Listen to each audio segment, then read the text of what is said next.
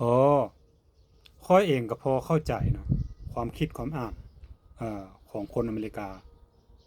โดยเฉพาะแม่นคนทั้งคนผิวขาวและคนผิวดำที่เคยเรียนนำกันการที่ครองแซ้มเนาะอยู่ในอำนาจการเมืองหรือเศรษฐกิจเนาะมันยากกว่าการที่เป็นแซ้มอีกหลายเท่าข้าพเจ้าก็เป็นเช่นกันเนาะเห็นรุ่นน้องหรือหมู่คู่เนาะที่เราได้ให้ความคิดความเห็นของเขาเจ้าผ่านมาเขาเจ้าเติบโตเนาะแล้วก็ร่ำรวยขึ้นก่อนเฮาเนาะการที่เขาเจ้าใหญ่และเติบโตมาทัดเทียมกับเฮาเนาะอาจจะเป็นย้อนทรัพยากรมนุษย์และวิธีการของเจ้าเนาะวิวัฒนาการของมนุษย์เนาะเมื่อเฮาเติบโตร่ำรวยแล้วพวกเฮาจะบ่มีแรงกระตุ้นละแรงกระตุ้นจะพรละสิ่งที่สำคัญเฮาควรยอมรับการเติบโตของหมู่เนาะถ้าเฮาไปกีดกั้นหมู่แห่งสิกายเฮาไป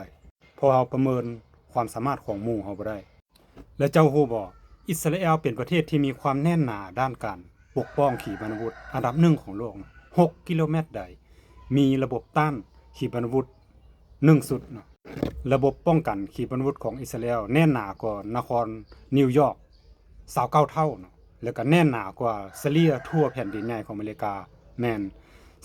378เท่าเนาะเจ้าลองคิดเบิ่งถ้าอิหร่านประกาศว่ามีขีปนาวุธข้ามทวีปเนาะได้ประมาณ10,000กิโลเมตรซึ่งตีฮอดแผ่นดินใหญ่อเมริกา